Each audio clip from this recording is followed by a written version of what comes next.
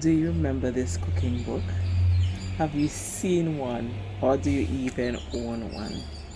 This cooking book was gifted by to me maybe close to 10 years, or probably over 10 years, by when I started working as a nurse. She said, "You need to learn to cook." And she bought me a cooking book. She has since passed away. And this is a message she wrote in the book. I mean, she didn't spell my name right, but I'm going to give her a pass. And I was home and I decided, let me make some bread. I don't know if it's cheaper to make bread or buy bread. I know it's more convenient to buy bread, but I'm not sure if it's, when it comes to finances, if it's much cheaper. One of the things I like about this book is the recipes are very easy to follow and the ingredients are readily available because it is tailored to Caribbean people and to the things that we have around us. And the thing about food, this is the recipe for the bread. The thing about food is that we call it different things, but we all eat the same thing. So if you're looking for a cookbook that's super easy, and I love it because it has pictures, try this book. And welcome back. I am Shernette, and as I said, I'll be making white bread. Paper sink, so that I had to shift my bowl because in the perfect world of social media, we don't want people to see the imperfection. But I decided to leave that part in. As per the recipe, you need 6 cups of flour and 2 tablespoons of shortening. You need a cup of milk, a cup of water, and a tablespoon of yeast. I did this recipe years ago and I couldn't find my cookbook and I had to look high and low in my little board to find it. And when I found the book, it gave me so much nostalgia looking back at the book. And I remember when my friend bought it for me, she was so excited. She was like, "Yeah, you need to learn to cook. So I bring you a cooking book so you could learn to cook." And that time I was living in Trinidad, and she said, "You need to learn Trini cuisine. So you're gonna learn to cook some Trini food using this book." And I think she probably believed in me more than I believed in myself because I taught myself how to cook. When I lived on my own for the first time, I really didn't know how to cook. I could do a little one, two thing, but it wasn't, it wasn't all that. And then as I said to myself, I can't be buying food every day. I need to learn, to do the thing. And I started playing around with making bread. That's one of the first things that I did. Then I made potato pudding, and then I made, because Trinidadians love soup.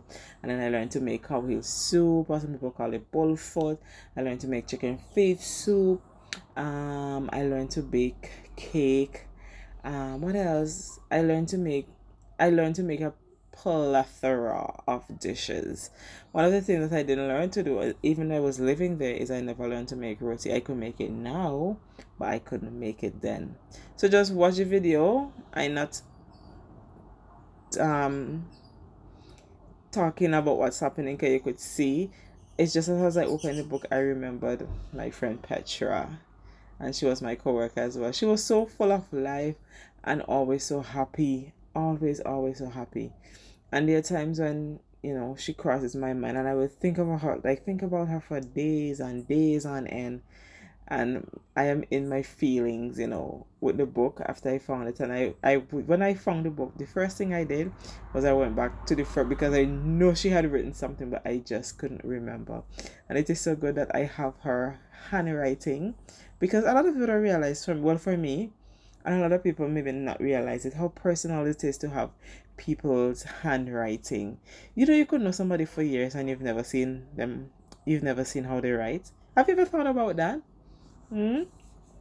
Yeah, so it's good to know that I have like a part of her, even though she's not here anymore. She was such a beautiful soul. She was always happy, always smiling. She was very funny. And one of the things that I remember about her is that she was very generous. A very, very generous person. Nothing was too much for her to give of her time, of her resources. A great girl. So this one, I guess, is kind of dedicated to Petra. I guess it is. So you see the flour doing its thing.